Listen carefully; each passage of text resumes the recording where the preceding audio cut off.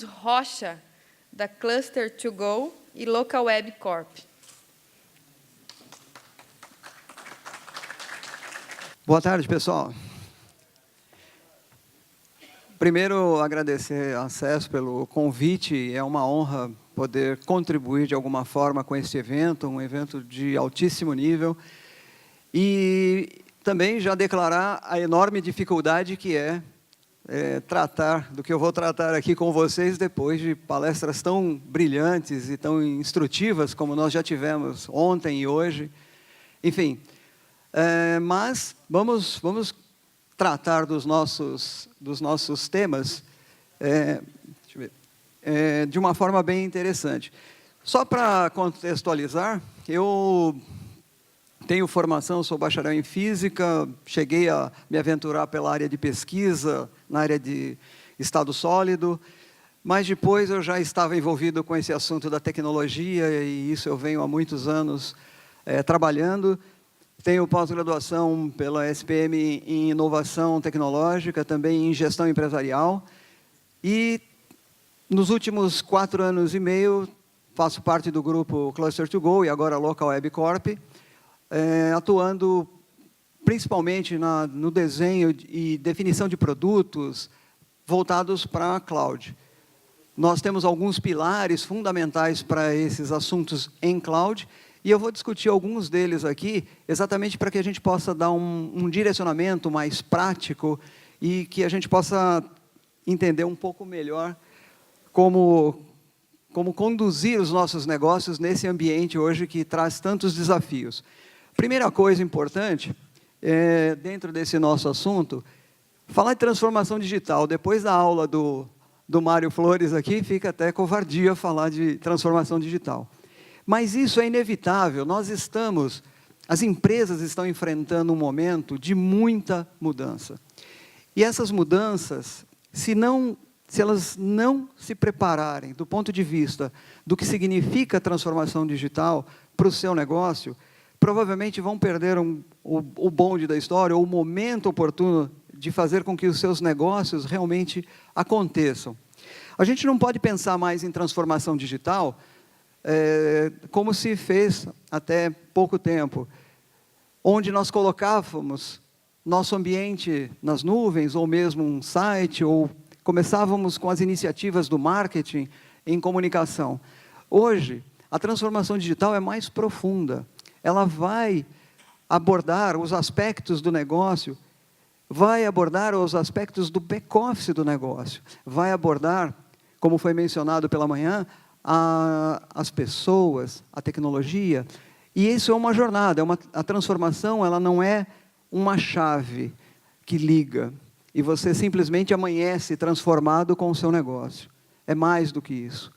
São processos, são mudanças em produtos, serviços, mudança na mentalidade. Então, tem várias dimensões que precisam ser consideradas para que essa jornada de transformação aconteça.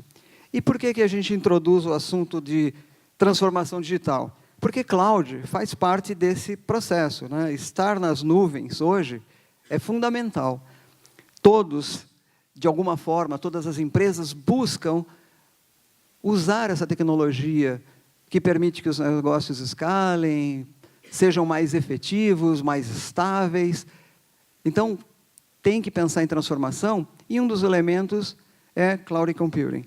E, nesse sentido, eu vou repassar rapidamente alguns conceitos, provavelmente a maioria já deve ter experimentado, está até um pouco cansado de ouvir, mas é importante para a gente alinhar, porque o assunto fundamental que eu quero mostrar hoje tem a ver com a palestra do Paulo também, que fala sobre Cybersecurity.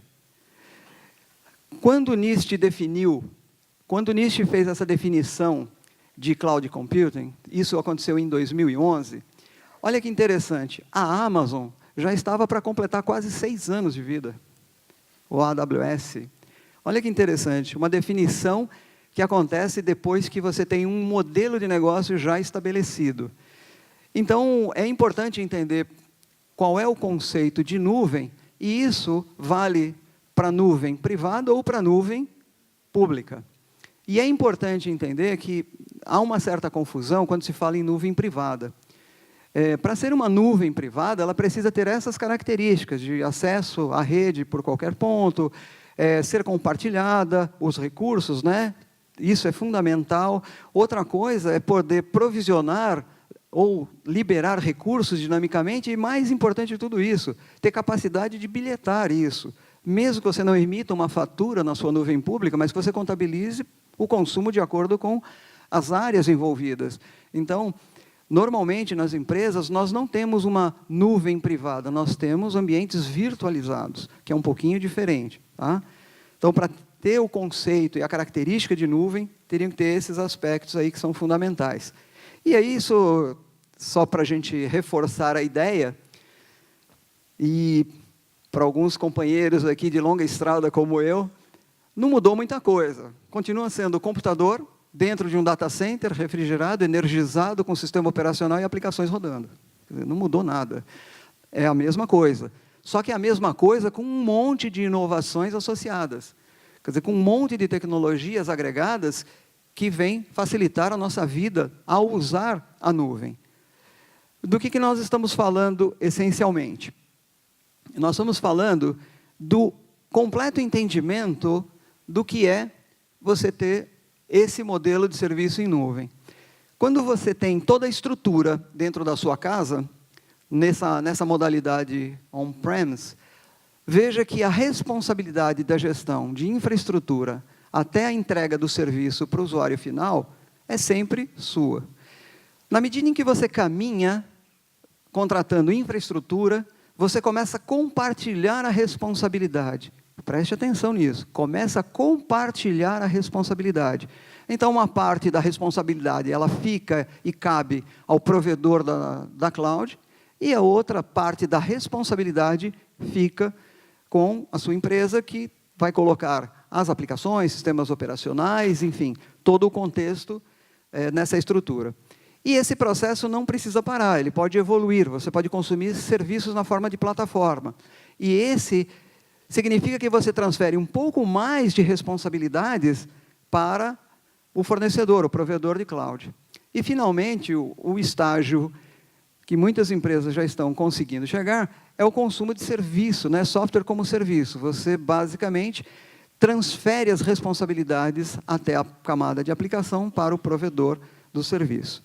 E aí, para que a gente possa fazer um entendimento perfeito, isso é uma brincadeira, mas olha que interessante. Já ouviram falar do Pizza as a Service? Então, Pizza as a Service é uma forma de você compreender bem do que se trata contratar cloud computing. Quando você faz tudo em casa, você compra os ingredientes, prepara a massa, assa e serve, isso é on-premise, tá certo? Você tem uma estrutura completamente em casa. Ou então, se você está contratando infraestrutura, basicamente você compra os ingredientes, inclusive a massa, e só vai assar em casa e servir. Olha só, diminui um pouco a responsabilidade, né? Você tem menos coisas para fazer. Quando você contrata a plataforma, é mais ou menos pizza delivery. Você pega o telefone, liga, alguém entrega tudo pronto. É só sentar, servir e comer. Ou então você sai para jantar fora. Isso é o software como serviço. Tá? Então, essa é uma brincadeira que ilustra bem em que estágio cada um de nós quer estar ou pode estar em função dos seus negócios. Normalmente, a gente prefere sair jantar fora. Muito bem. Então, falando dos provedores de infraestrutura, a gente está mencionando as nuvens que normalmente são comentadas. Vale a pena nós falarmos um pouco sobre cada uma delas, muito rapidamente. Todos já conhecem a AWS Azure, Google, mas tem sinalizações importantes. Cada uma dessas nuvens, hoje, tem uma oferta gigantesca de features que ajuda a implementação das nossas soluções para os nossos clientes dentro de cada uma dessas nuvens. Porém, cada vez que você usa muito profundamente uma dessas nuvens, é como se você estabelecesse um vínculo matrimonial, né? É o tal lock-in. Você começa a ficar muito próximo e, às vezes, muito dependente daquela tecnologia e pode afetar, inclusive, toda a forma de você construir soluções. Então, cada uma dessas nuvens tem esse conjunto de features, essas vantagens todas. Porém, para que você possa pensar mais para frente em um ambiente multi-cloud, você tem que prestar atenção a esses detalhes. Quais features criam esse vínculo profundo e quais podem me dar o grau de liberdade que eu preciso se amanhã eu pensar em transitar entre nuvens. Dois movimentos importantes que aconteceram recentemente. Há 2 semanas, Azure apresentou todo o seu, no Inspire, apresentou a série de mudanças estratégicas, direcionamentos novos, voltou a falar do Azure Stack, que é a solução de nuvem on-premise para interconexão com Azure, onde você tem uma certa transparência em todo esse ambiente. E também anunciou a parceria com a Istio, que é a visão de que vai ter que gerenciar nuvens diferentes, porque essa solução Istio finalmente chegou na versão 1.0, e ela faz exatamente isso, especialmente para ambientes e aplicações que são serverless, você tem a possibilidade de gerenciar esse seu container em uma nuvem ou em outra nuvem de uma forma bastante interessante. Também na semana passada, Google, no seu evento Next, né, lançou um equipamento ou um conjunto de solução equivalente para a Google Cloud Platform.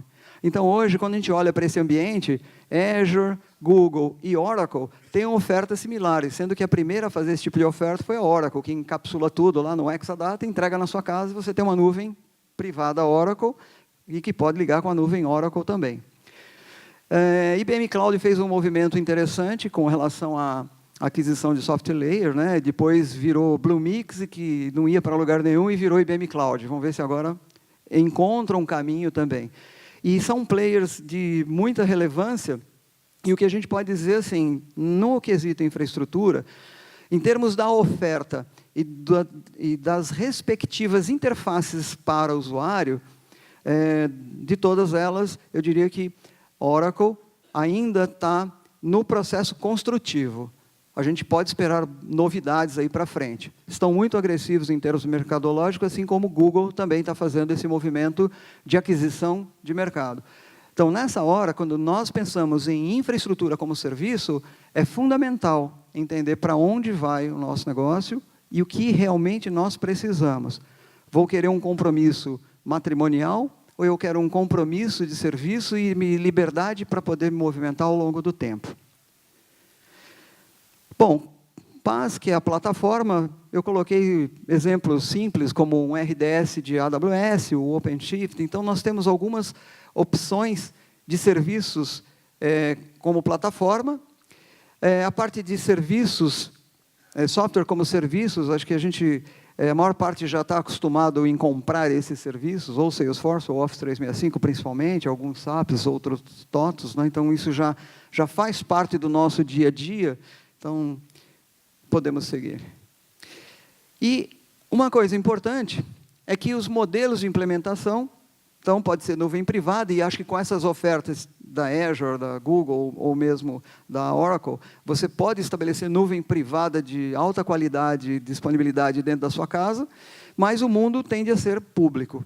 E eu diria ainda uma outra coisa, além de ser híbrido, né, público-privado, vai ser multi-cloud. No privado, a empresa vai ter a opção de usar mais de uma cloud pública, simultaneamente. E pode ser, inclusive, para o mesmo ambiente de aplicação. Tá? A gente já enfrentou alguns desafios dessa natureza, e é bem interessante a visão que essas empresas já adotam. Então, um conceito fundamental que já vem sendo discutido há algum tempo, nuvem privada, de certa forma, vai oferecer algum nível de controle, um pouco mais de coisas específicas do teu negócio, e nuvem pública está mais ligado à escalabilidade, a poder crescer ou diminuir e enfrentar essas demandas sem grandes choques, né? Isso foi apresentado lá no evento da Google, Next 2018. Esse slide mostra para a gente um negócio muito importante. Primeiro, essa é uma pesquisa do IDC, que mostra que o novo default é híbrido. Então, padrão de construção de soluções para as organizações, a partir de agora, tem que ser pensada de forma híbrida. Eles dizem que esses 87%, de alguma forma, já pensam dessa construção híbrida, em poder usar mais de uma nuvem. E esse 87%, ele traz um outro índice, que ele é 17% maior do que foi em 2016. Então, isso é um ponto de muita atenção. 40% desses entrevistados declaram que é cloud first, já começam a pensar nos seus negócios como nuvem. E esses 56% já fazem um deploy em multi-cloud, assim, em nuvens diferentes.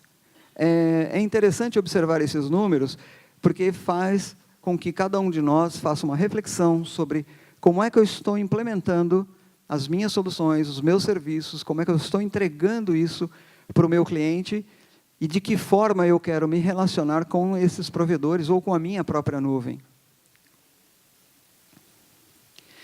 E os desafios, como eu estava dizendo, e essa é a nossa visão, os desafios de multi-cloud, eles estão ligados a conhecimento. E quando a gente fala conhecimento, não é muito simples para uma empresa que quer transitar entre duas clouds públicas, ter o conhecimento. O conhecimento não é saber que a sua solução demanda um banco X ou Y e que você vai suportar uma linguagem tal, mas o conhecimento de quais features dentro daquela cloud atende e responde ao teu desafio. E esse conhecimento, isso leva algum tempo. Não é só um processo de certificação que resolve, é um processo de implementação.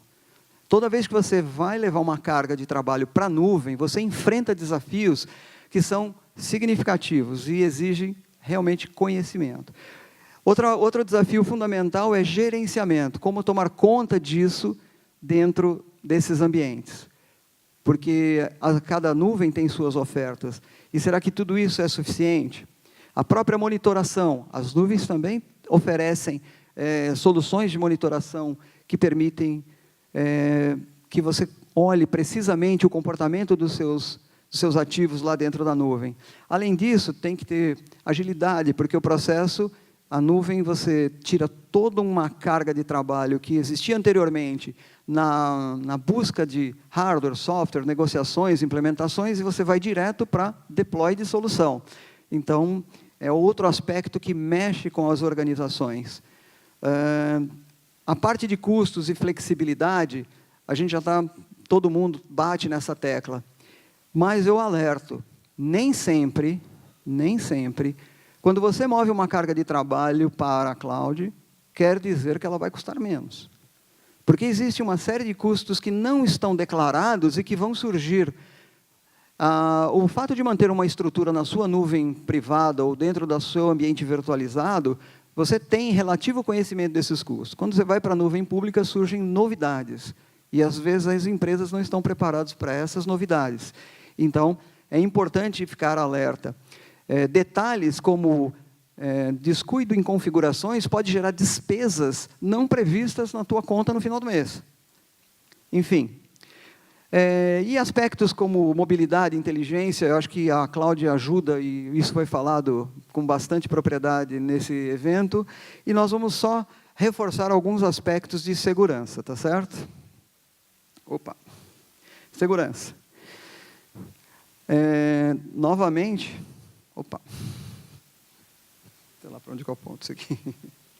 Vamos, filho.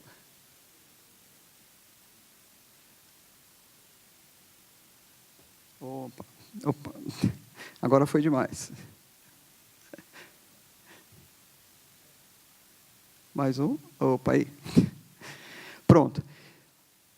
Falar de segurança, e acho que o Dr. Paulo também falou bastante aí, não dá para pensar em segurança sem que a gente olhe o ambiente de IoT, olhe a legislação, olhe blockchain, olhe Big Data. Não tem como. Você tem que ter uma amplitude hoje de preocupações, e eu quero mostrar alguns dados para vocês que vai reforçar como endereçar essas questões, ou pelo menos vai despertar a curiosidade de começar a buscar formas de criar um ambiente seguro para os negócios. Então, não há como pensar em segurança sem levar em consideração o que está acontecendo nesse momento na tecnologia, no nosso mercado.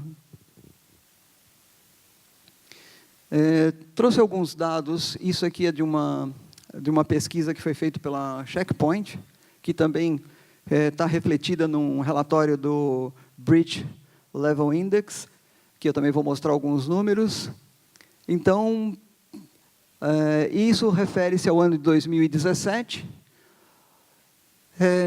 e chama atenção alguns dados, que 2017 foi considerado o ano das ameaças internas e violações acidentais. Aqui nós temos um número que ele é expressivo, chama muita atenção, 2 bilhões e 600 milhões de registros foram expostos ou acessados de alguma forma. Esse número, ele talvez não represente a real quantidade de informações expostas pelas organizações mundialmente falando, mas ele é um dado fundamental e que chama atenção pela magnitude. Vamos ver mais algumas coisas aqui. Ixi, pronto. Esse relatório, esse Breach Level Index, ele informa que foram reportados 1.765 incidentes no ano 2017. Então, isso é o que foi reportado. Aí a gente fica imaginando, qual será a quantidade de incidentes que não foram reportados?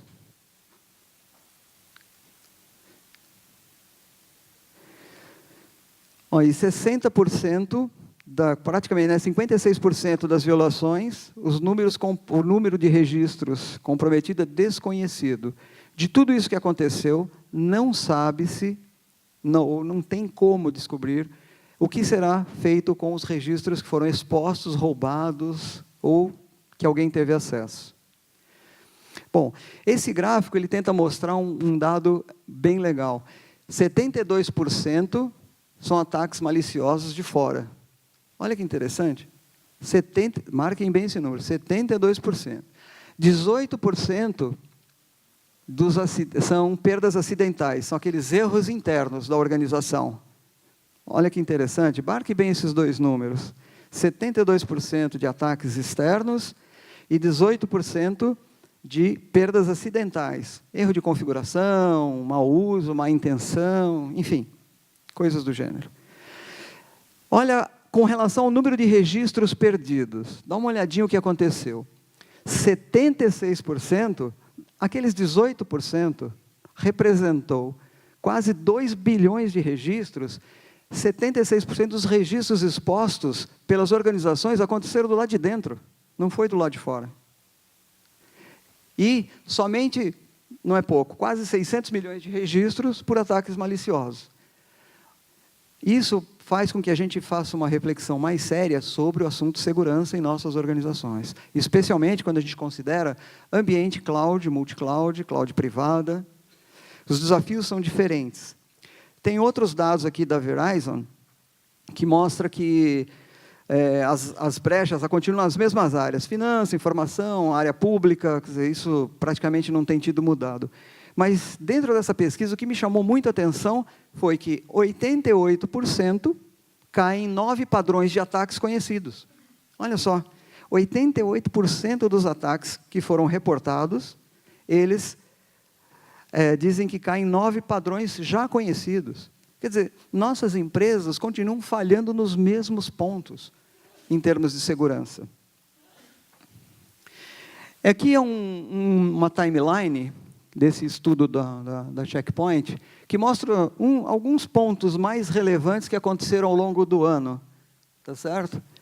Uma perda lá em termos de um ambiente universitário, a Verifone lá com uma perda de cartão de crédito, PlayStation e Xbox, New York Post aqui com uma perda gigantesca de registros, olha, empresa de... e aí, 2 casos que eu quero explorar um pouco mais, Mas coisas importantes. Esse ataque DDoS num sistema de loteria da Inglaterra, que acho que isso é um fato muito relevante. Esse roubo de 4.700 bitcoins aqui, a gente fala de blockchain, fala de moeda, de criptomoeda, mas tem problemas. Os problemas de segurança, eles são muito sérios, e a gente precisa dar muita atenção a isso.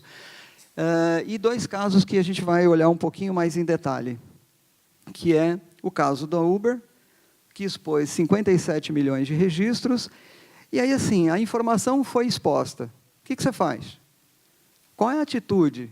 O que as empresas fazem? No caso da Uber, a história ainda é mais ruim, porque eles descobriram o processo do roubo da informação, eles negociaram, pagaram $100 mil lá em bitcoins, e os dados, ninguém sabe o que vai ser feito. Os dados continuam por aí, tá certo? Ações corretivas, e-mail, pedido de desculpa, diz que vai implementar um sistema de proteção de identidade novo. Equifax, que é uma empresa de crédito, também teve... Opa, volta aí. Olha lá, 143 milhões de registros. Tem 2 números circulando, 143 milhões, 145 milhões, eu preferi esse daí, tá certo? E esse aí tem um problema mais sério, porque ele expôs o Social Security, que é um número muito importante, que lá nos Estados Unidos você consegue fazer transação com esse número, então é um dado muito importante. No caso, além de propor um sistema novo de proteção de identidade, eles colocaram um website com instruções, com uma série de passos para que os seus clientes pudessem interagir com a empresa. E aqui eu queria apresentar para vocês Ruben Paul. Alguém conhece o Ruben Paul? Ruben Paul é um garoto de 11 anos que foi convidado a participar desse evento DISS Conference, lá foi em Michigan, e é um sistema de defesa, né, organizado pelo Departamento de Defesa americano. E o que ele fez? Ele foi lá e demonstrou como é que ele faz hack de IoT. Ele sentou lá em 3 minutos durante a apresentação, conversando com uma das chefes lá que organiza esse evento. Ele fala, não, é muito simples. Ele põe o Teddy Bear lá, fala, esse aqui tem um IoT aqui dentro, ele acende a luzinha, ele conversa, interage. Eu vou mostrar para vocês como é que eu, a partir de um código muito simples, eu acesso as portas, eu configuro e fico escutando a conversa de vocês. Ele faz uma simulação e mostra ali, em 3 minutos, que ele acessa esse equipamento, ele escuta tudo que está sendo dito e depois ele reproduz. Fica gravado. Ele tem só 11 anos e é CIO de uma empresa sem fins lucrativos para a segurança. Então, como é que está a situação atual de segurança? 66% dos profissionais acreditam que sofrerão alguma violação de dados nos próximos tempos. Ninguém acredita imune. Que mais? 97%, como a gente falou lá no início, 97% das empresas continuam confiando nas mesmas tecnologias para a defesa. E isso é um grande detalhe. Isso talvez seja o principal problema, não buscar alternativas para o seu modelo de negócio. Como é que está a segurança da sua empresa? Sua empresa usa essa regra aqui, 100 para 10 para 1? Ou seja, para cada 100 devs, tem... Tá certo? Tem 10 operacionais e 1 segurança. Então, precisa rever essa estratégia. Da última vez que eu falei isso no Cybersecurity para os CIOs, eles disseram assim, pô, minha empresa não tem nem esse 1 aí. Então, assim, essa é uma realidade instalada. A gente precisa tomar cuidado, porque se não tiver alguém cuidando da segurança como missão, a sua segurança está em perigo. A CSA, né, declarou que você pode terceirizar a função do seu negócio, não pode terceirizar a responsabilidade. Sabe por que nós estamos falando disso? Por uma razão bem simples. Aqui, ó, a responsabilidade é compartilhada. Toda vez que você vai para uma nuvem pública, e isso está declarado nos contratos, nos termos de serviço, a nuvem pública garante para você um nível de segurança, de acesso, de proteção, de integridade, de disponibilidade no hardware. De uma certa ponta para cima, o problema é seu. E quantas empresas estão cuidando corretamente de todos esses componentes que você faz deploy dentro da estrutura de nuvem? E isso é fundamental. A responsabilidade é compartilhada. Não importa, você não pode transferir isso para o provedor da nuvem. E principal, está escrito nos termos de serviços que nós todos aceitamos. Então, quais são os desafios? Os desafios são bem simples, né? Quando você tem dados em nuvem, o problema todo é saber onde é que esses dados estão. Ninguém sabe exatamente. Você não consegue localizar aquela informação, seja no banco de dados, seja num arquivo, num servidor de arquivos. Então, é importante criptografar dados. E assim nós temos novas classes de privilégio para usuários. Então, precisamos tomar cuidado de formar nossos colaboradores de forma que eles compreendam a importância de segurança em todos os processos, especialmente a turma de desenvolvimento. O processo de construção de uma solução segura começa no projeto. O projeto tem que nascer seguro. Então, aqui é só uma ideia para pensar. Quando você pensar em cloud híbrida, segurança começa na borda, na rede, não é somente firewall, como já foi mencionado hoje, então é mais do que isso. Então, você tem que prover esses níveis de segurança, você tem que avançar para a camada de sistemas e tem que avançar ainda nas camadas de aplicação. Opa, deixa eu voltar aqui, desculpa. Estou perdido aqui com os botões.